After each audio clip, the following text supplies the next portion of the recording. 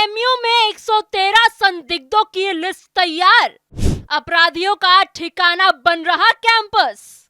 AMU एक बार फिर सवालों के घेरे में। आपने सुना होगा पिछले कुछ दिनों से लगातार उत्तर प्रदेश के अलग अलग जगहों से आतंकी पकड़े जाने की और देश विरोधी गतिविधियों में शामिल होने वाले लोगों की गिरफ्तारी की बात लगातार सामने आ रही है। और अभी भी यूपी पुलिस और यूपी एटीएस लगातार जगह जगह छापेमारी कर रही है और एक्टिव मोड में भी नजर आ रही है। और इसी कड़ी में अलीगढ़ मुस्लिम यूनिवर्सिटी के हॉस्टल में भी जब संदिग्ध गतिविधियों की जानकारी के बाद पुलिस ने छापेमारी की तो वहां हॉस्टल के एक छात्र के कमरे से पिस्तौल, मैगजीन, नकली नोट और भी कई संदिग्ध चीजें मिली हैं, जिससे अब एएमयू पर शिकंजा कसते नजर आ रहा है। नमस्कार, आप कैपिटल टीवी का खास शो देख रहे हैं, जहां हम आपको सिर्फ खबर नहीं बताते बल्कि उसके पीछे के हर पहलू, हर सच का करते हैं पर्दाफाश। मैं हूं आपके साथ समीक्षा तिवारी। अलीगढ़ मुस्लिम विश्वविद्यालय यानी एएमयू एक बार फिर गंभीर सवालों के घेरे में है। ये मामला अब सिर्फ एक यूनिवर्सिटी के अंदर हुई घटना तक सीमित नहीं रह गया है, बल्कि ये सुरक्षा व्यवस्था, प्रशासनिक लापरवाही और संभावित बड़े नेटवर्क की ओर इशारा करता हुआ एक बड़ा मुद्दा बन चुका है। क्वारसी थाना क्षेत्र में एमएफ टावर के पास रिहायशी इलाके में हुई फायरिंग की घटना ने पूरे सिस्टम को हिलाकर रख दिया है। जब नकाब पहनकर फायरिंग करने वाला युवक की पहचान हुई तो पुलिस जांच करते हुए हॉस्टल तक पहुंची। तब जो खुलासे हुए उन्होंने हर किसी को चौंका कर रख दिया और इस पूरे मामले को और ज्यादा गंभीर बना दिया है। पुलिस जब सर जियाउद्दीन हॉल के जफर अहमद सिद्दीकी हॉस्टल के कमरे नंबर Z34 में पहुंची तो आरोपी वहां से फरार था, लेकिन कमरे के अंदर जो कुछ मिला उसने इस पूरे मामले की दिशा को ही बदल कर रख दी। पुलिस को वहां से कारतूस, पिस्टल की 2 खाली मैगजीन, 500 और 100 रुपए के जाली यानी नकली नोट, 8 मोबाइल फोन, 1 लैपटॉप और 1 डिजिटल नोटपैड बरामद हुआ है। इसके अलावा अलग अलग लोगों के पहचान पत्र, पासपोर्ट और कई संदिग्ध दस्तावेज भी मिले हैं। ये सब देखकर साफ हो गया है कि मामला सिर्फ एक छात्र की हरकत का नहीं बल्कि कुछ बड़ा और संगठित हो सकता था। सबसे ज्यादा चिंता की बात नकली नोटों की बरामदगी रही।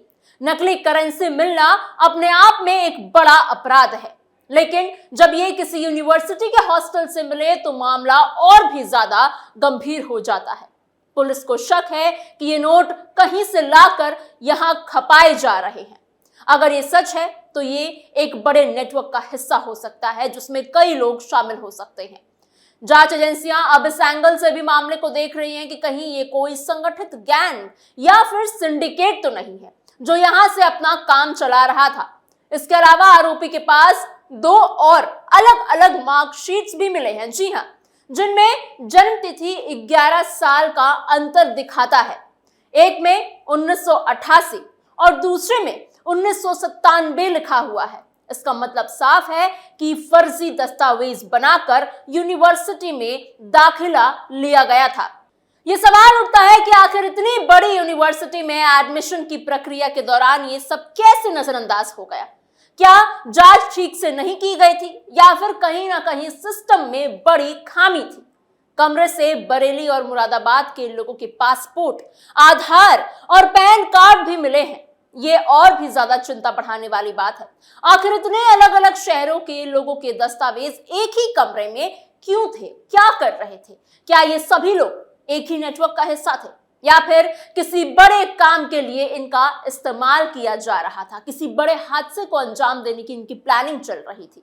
पुलिस अब इन सभी सवालों के जवाब तलाशने में जुटी हुई है और हर एंगल से जांच कर रही है। अगर हम इस पूरे मामले को पिछले कुछ महीनों की घटनाओं से जोड़कर देखें तो तस्वीर और भी ज्यादा डरावनी लगने लगती है। 24 दिसंबर 2025 को मौलाना आजाद लाइब्रेरी के पास शिक्षक यानी टीचर राव दानिश की गोली मारकर जान ले ली गई थी। उस समय भी ये बात सामने आई थी कि कैंपस के करीब 70% सीसीटीवी कैमरा खराब पड़े थे, यानी सुरक्षा पहले से ही कमजोर थी। इसके बावजूद अगर अब तक कोई बड़ा सुधार नहीं हुआ है तो ये साफ तौर पर प्रशासन की लापरवाही को दिखाता है। 2 मार्च 2025 को एबी के यूनियन स्कूल के गेट के पास हुई फायरिंग में 11वीं कक्षा के छात्र मोहम्मद कैफ की मौत हो जाती है। इससे पहले 2019 में सीएए विरोध प्रदर्शन के दौरान भी कैंपस में भारी बवाल हुआ था और पुलिस को अंदर आकर कार्रवाई करनी पड़ी थी, यानी कैंपस के अंदर जाकर पुलिस ने कार्रवाई की थी। इन सभी घटनाओं को अगर एक साथ देखें तो ये साफ हो जाता है कि एएमयू में लगातार अस्थिरता और हिंसा का माहौल बना ही हुआ है। और सबसे बड़ा सवाल तो यह है कि आखिर इतने बड़ी घटनाओं के बाद भी प्रशासन सख्त कदम क्यों नहीं उठा पा रहा। वायरलेस सिस्टम का पूरी तरह से ध्वस्त हो जाना इस लापरवाही की एक और बड़ी मिसाल है। 2007 में करोड़ों रुपए खर्च करके जो सिस्टम बनाया गया था वो 2025 तक पूरी तरह बेकार हो गया। अगर सुरक्षा से जुड़ी बुनियादी चीजें ही सही से काम नहीं कर रही तो फिर किसी भी तरह की घटना को रोकना मुश्किल हो जाता है। प्रशासन ने 113 संदिग्ध लोगों की एक सूची तैयार की है, लेकिन क्या सिर्फ सूची बनाना ही काफी है? जब तक उन पर सख्त निगरानी और कार्यवाही यानी सख्त एक्शन नहीं होगा तब तक हालात में सुधार आना बेहद मुश्किल लग रहा है। कैंपस में बिना नंबर प्लेट वाले वाहनों की एंट्री पर भी सख्ती की बात कही जा रही है, लेकिन सवाल यह है कि क्या ये कदम देर से उठाया नहीं जा रहा? अब इस पूरे मामले में एक और पहलू सामने आता है जो इसे और भी ज्यादा गंभीर और चिंताजनक बना देता है। उत्तर प्रदेश में पिछले कुछ समय से लगातार ऐसे मामले सामने आए हैं जहां देश विरोधी गतिविधियों में शामिल लोगों की गिरफ्तारी लगातार हुई है। कई मामलों में यह भी सामने आया है कि बाहर बैठे लोग, खासकर कि पाकिस्तान में मौजूद हैंडलर्स, यहां के युवाओं को बहकाने की कोशिश करते हैं। उन्हें पैसे का लालच दिया जाता है या फिर उन्हें झूठे सपने और गलत सोच के जरिए भड़काया जाता है, जैसे आप जन्नत में जाएंगे तो आपको 72 हूरें मिलेंगी। हालांकि एएमयू के इस मामले में अभी तक कोई सीधा संबंध साबित नहीं हुआ है, लेकिन जो चीजें सामने आई हैं वो शक जरूर पैदा करती हैं। नकली नोट, फर्जी दस्तावेज, हथियारों से जुड़ी चीजें, ये सब किसी सामान्य छात्र का जीवन का हिस्सा नहीं हो सकता। ऐसे में जांच एजेंसियां इस एंगल से भी मामले को देख रही है कि कहीं ये कोई बड़ी साजिश तो नहीं है।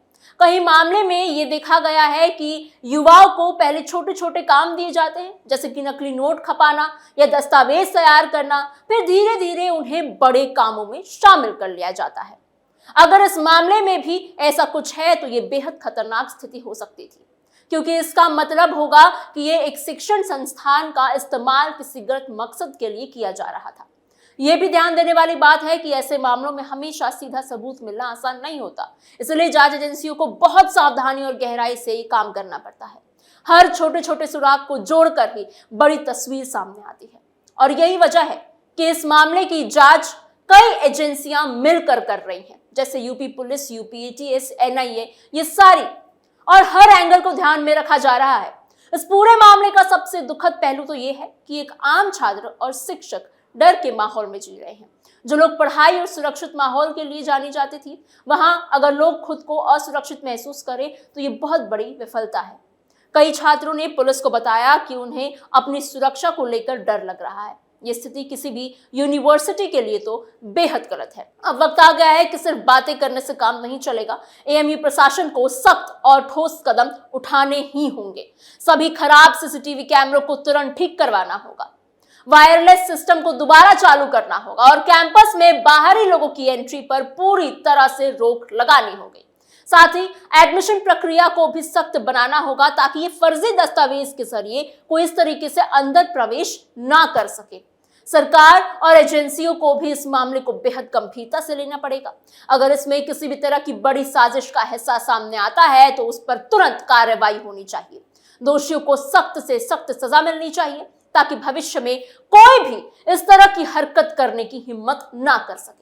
अंत में यही कहा जा सकता है कि एएमयू का ये मामला एक चेतावनी है। अगर समय रहते इसे गंभीरता से नहीं लिया गया तो इसके पीछे परिणाम और भी ज्यादा खतरनाक हो सकते हैं। जरूरी है कि सच्चाई सामने आए, दोषियों को सजा मिले और कैंपस में फिर से शांति और सुरक्षा का माहौल स्थापित हो। तभी छात्र बिना डर के पढ़ाई कर पाएंगे और यूनिवर्सिटी अपनी असली पहचान को बरकरार रख पाएगी। आपको क्या लगता है? आपकी इस पूरी खबर पर क्या सोच विचार है? हमें कमेंट बॉक्स में जरूर बताइएगा।